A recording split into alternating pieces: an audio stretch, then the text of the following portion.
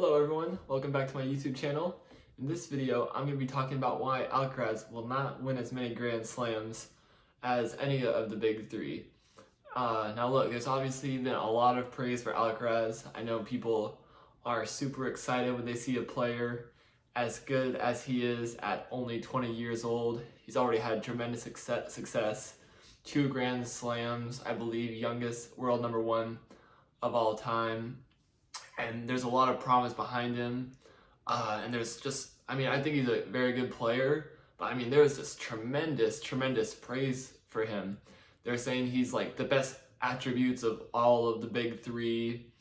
The new young Nadal with Federer's offense, whatever it may be. And I'm here to pump the brakes on it a little bit. Honestly, in my opinion, he is not good. He's not as good as any of the big three, in my opinion. Maybe better than Andy Murray, but probably around comparable. But I don't think his talent level and ability matches that of Federer, Djokovic, and Nadal. I think in terms, he has great skill set, yes. As great of skill set as any of the big three, I'm not 100% sure. When you just look at the big three, it wasn't just like the highlights necessarily, it was how they played the game, how they consistently set up points, how they were just such complete players overall. And yes, Alcaraz is a complete player on the surface. He can serve, he can hit a forehand, he can hit a backhand, he can volley, he can drop shot, etc. Is it there on a consistent basis? No, it is not. The forehand will go wild. The backhand will go wild.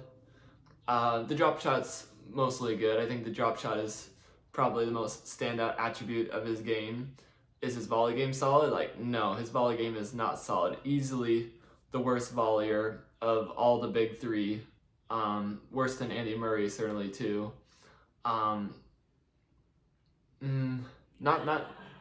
not a very good return of serve really either. Yes, he can hit good return of serves, but he just makes far too many errors, and he's not consistent enough to be as big time of a player consistently year to year, tournament to tournament as any of the big three. At least that's what I see in his game and stuff. So that's basically my first point. He doesn't match the level of Federer, Nadal, Djokovic, who have all won 20 plus Grand Slams.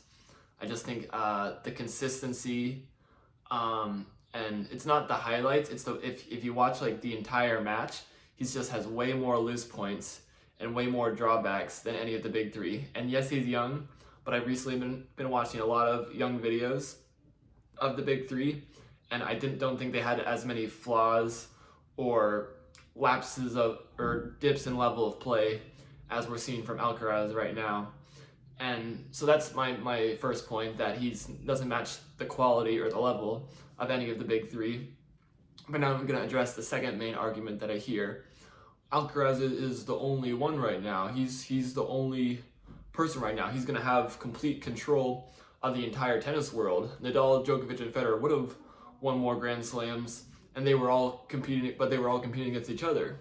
That's the most convincing argument I've heard, but I do think it's flawed at the same time. Yes, it's scary to think what would happen if the 3 best tennis players we've seen all time didn't play against each other at the same time. We might be talking about a completely different record book. It's amazing that they all still managed to get first, second, third in the Grand Slam race, all while competing each other. I think they definitely raised each other's level a little bit, and they helped to create the modern game we see today. But trust me, we have a very, a standard of tennis nowadays that we can take for granted a little bit. We don't really appreciate how amazing they were. Like Andy Murray, Wawrinka, Del Potro, these were I'll throw Berdych into there as well. But I could go on with the list. Tsonga, you name it. These were amazing players who really had tremendous success or tremendous abilities, and they were not really able to break through in any large amount. Most of them barely winning more than one Grand Slam, Wawrinka and Murray managing to win 3, which is a very impressive achievement considering what they were playing through. But my point with that being that tennis was raised to a standard that we have not really even come yet to realize. When you think historically, tennis has only been a mainstream open era thing from, I think, the 1960s. Like, even I think Rod Laver, I haven't fully checked my facts, but I think Rod Laver played around the 60s. That was still before the open era. That's before they were trying to make tennis into a mass professional thing. It was still kind of the divide between professional and amateur competition. There wasn't really a lot of big time tennis before, what's his name? Ivan Lendl, I think. Yeah, Ivan Lendl's who I'm thinking of. There wasn't a lot of big unified professional tennis before him. And so I really don't think we have a great ability to, or a lot of historical background to really consider the context of how great the Big Three was. I mean, just in terms of level and how far ahead of their time they were and how influential they are to the sport that we see and we play today is just beyond reason. I mean, there's really hadn't been anyone that had matched their quality level of play in terms of longevity, in terms of peak, in terms of completeness as a player. Like Michael Chang played a lot of the baseline. Bjorn Borg played a lot of the baseline. Andre Agassi was certainly a very good baseliner and returner, but no one brought the level of completeness and consistency and holistic game that the Big Three had brought in before. So I digress a little bit with that. But my point being is that I don't think we have the historical context yet. We just don't have the amount of tennis history to really weigh how much their greatness is. I think we'll find 20, 30, maybe even 40 years down the road that the Big Three was very much a blip in history. That's not as common as we think it's going to be. We're not just going to see another Big Three era. I think historically, and we don't have, like I said, we don't have the context to see yet, but I think we're going to find years and years down the road that those 3 players were so much better than any other players we've seen up to this date and we could see for a long time. And it doesn't really mean that the next players that are younger than them after they come are going to be as good as them, and it doesn't mean we should criticize them if we're not, because I think we'll find that historically we're comparing players to a standard that's pretty much just been unprecedented, and we don't know when we'll see it again. So that was my last point about the Big Three, I promise. But back to the main point of Alcaraz not having any competition, I think we will certainly find that he has plenty of competition in time. Jannik Sinner currently leads their head-to-head 4-3. Holger Rune is a very, very talented player. He will be a world number 1 one day. That's a video for later on. Oh yeah, he's beaten Alcaraz 1 time. Alcaraz did have some injury troubles, but he is definitely going to be a major problem. Felix Auger-Aliassime, he has 2 wins over Alcaraz, I believe. They might both be in Davis Cup, but at least one of them in Davis Cup. Junshin Shang is a very talented young player right now from China. We don't really know how good he's going to be in a few years. Arthur Fies had a very good year. And we're just seeing a really, really high volume of talented young players. And do I think Alcaraz is just going to be head and shoulders amongst all this young generation? No, I do not. Kind of going back to my point earlier about him lacking the skill set and the consistency of the Big Three, I don't think he has a solid and consistent of enough game to really dominate the tour year after year the way Federer, Nadal, or Djokovic did. I mean, it is incredible the consistency at which the Big Three beat opponents. They didn't just outplay opponents, they consistently dominated them year after year. You can look at Djokovic's wins at the Australian Open. You can look at Nadal's total wins at the French Open. You can look at Federer's streak, and this is something I just recently started researching, and I don't have the numbers with me right now, but from 2004 to 2008, like, he barely lost a match. Like, he was going like 80-5, 90-6 for the entire year. And Alcaraz just doesn't have the consistency of level to be that dominant over a prolonged period of time, in my opinion.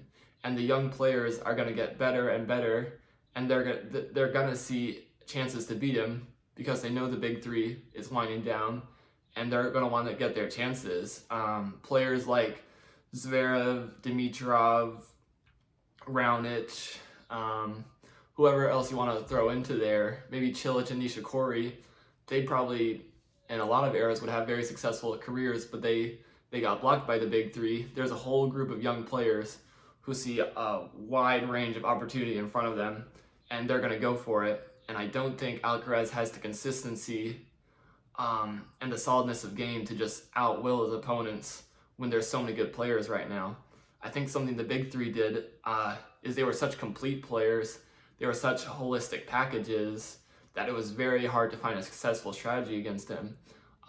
There's a lot of good players nowadays, and I won't say it's a lack of mental fortitude, but I just don't think they have the solidness or the consistency or just the mental willpower to completely control their opponent, to completely dominate the way the point is structured. I think we're very much in like a hitting era of tennis, if you know what I mean. Like, people are going for their serves, they're going for their shots, they're playing aggressive, they're trying to really go big on the biggest moments, and that's a little bit different from the big three. The big three very much controlled the point. They outwilled their opponent. They broke their opponent down with consistency, and that's what we're really not seeing from a lot of young players and the general direction of tennis. It's very much hitters' era of tennis where they're trying to be aggressive, trying to end points quickly, and going for their shots a little bit more recklessly or up to chance than maybe the big three did. And that's why we're going to see some really good matches, but I don't see 1, 2, or 3 players really dominating the same way the big three did, because players, I think Medvedev might be an exception to this, but players just don't have the game styles or the mental fortitude to be extremely disciplined in points, really grind it out and really construct a point where they're in complete control. I just don't see that as the style of tennis right now. So yes, there will be really good matches and really good performances, but because people are more just going for their shots rather than really being a wall and mentally breaking your opponent down, I don't see that there being 1, 2, 3 consistent winners. I think we'll see very much more streaky success in terms of which players are playing well and which players are playing well at the time. There's going to be much more shifts in momentum rather than one consistent, dominant, or unbeatable player. Every player, I think, will have weaknesses and dips in their play, so I don't see continual domination. And then we won't see competition for Alcaraz.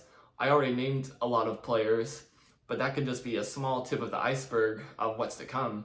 All the players I named just now, I think they're all within 1-2 years of Alcaraz.